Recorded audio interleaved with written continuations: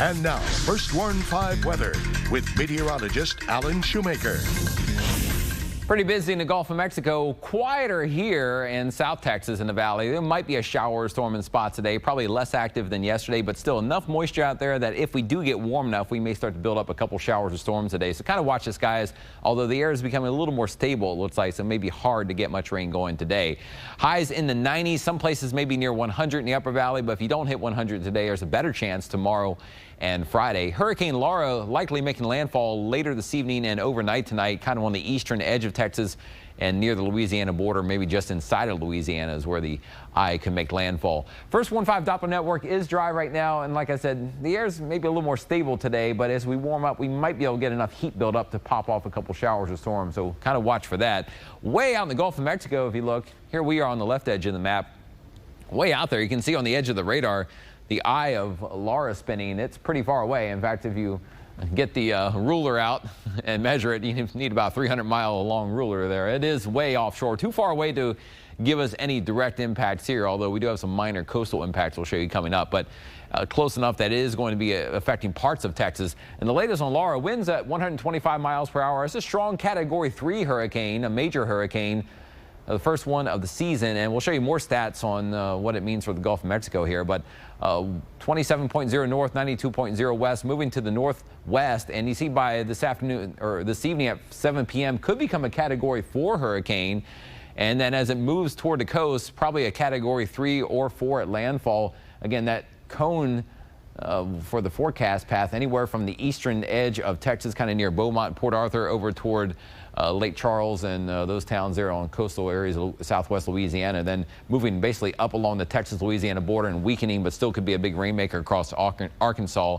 as we go into Thursday and Friday. So that's kind of the latest there. Now, buy you lunch.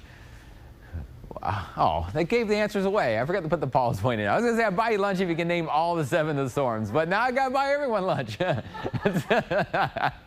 Dessert if you get the years. Since 1950, only 7 Category 4 plus hurricanes in the Gulf of Mexico. I have to give a shout out to Philip Plotzbach from the Colorado State for posting this. That's where we got it from. I couldn't have guessed all 7. But go back since 1950, Camille in 1968, Allen in 1980. Might be one of my favorite storms.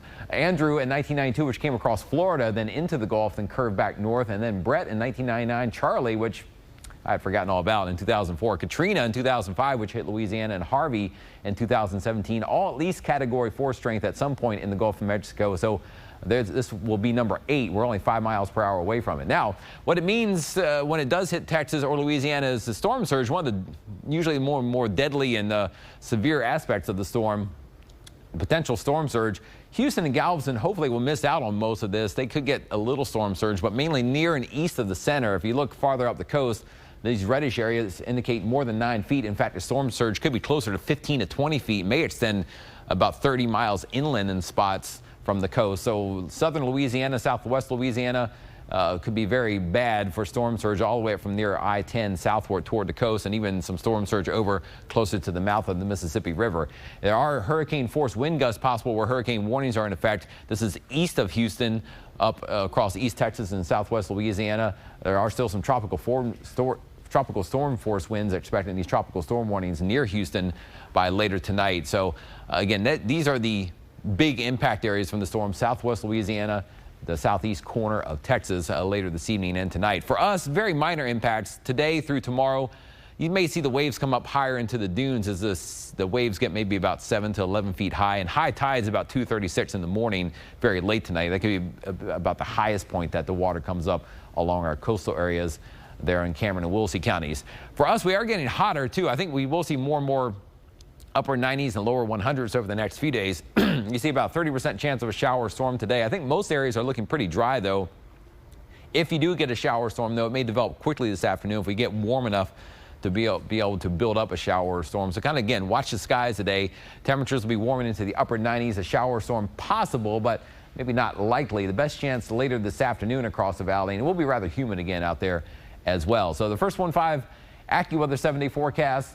For us, mainly getting a little drier and hotter the next few days. You see, we could be near 100 in many areas on Thursday with a small chance of a shower, but I think the sunshine will really break through more tomorrow and Friday and keep us in the upper 90s in some areas over the 100-degree mark, especially from McAllen and Edinburgh westward into the upper valley.